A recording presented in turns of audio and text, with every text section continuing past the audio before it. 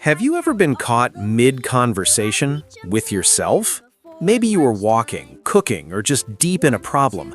The moment you realize someone is watching, you quickly shut up, feeling a bit crazy. We've been told that talking to yourself is the first sign of losing it, but psychology has a secret for you.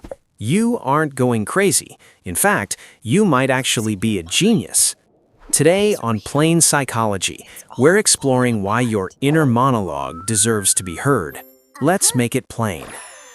Think of your internal thoughts like a crowded subway station during rush hour. It's loud, chaotic, and overwhelming. But the moment you speak those thoughts out loud, you create order.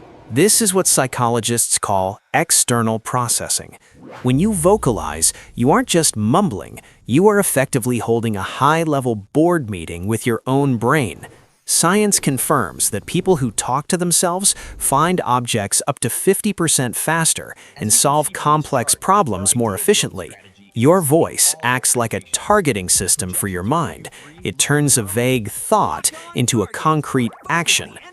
When you talk to yourself, you're giving your brain a massive upgrade. Instead of just using your thinking center, you activate multiple regions simultaneously: the speech center, the auditory cortex, and the problem-solving prefrontal cortex, all firing together. You aren't just thinking anymore, you're creating a neural symphony. This is why the greatest thinkers in history, like Albert Einstein and Nikola Tesla, did this constantly. Their mental processors were simply running too fast for silence. They needed their voices to keep up with their genius. The real magic of self-talk is something called self-distancing.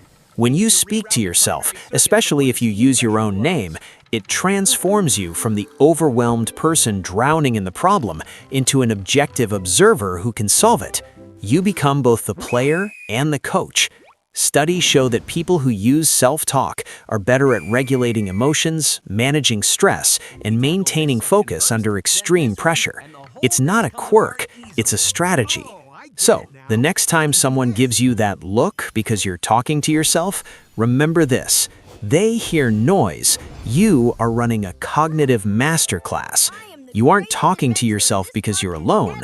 You're talking to yourself because you're consulting the only expert you truly trust: you. This is Plain Psychology. If you're one of the talkers, tell us your best aha moment in the comments, and don't forget to subscribe to keep your mind sharp.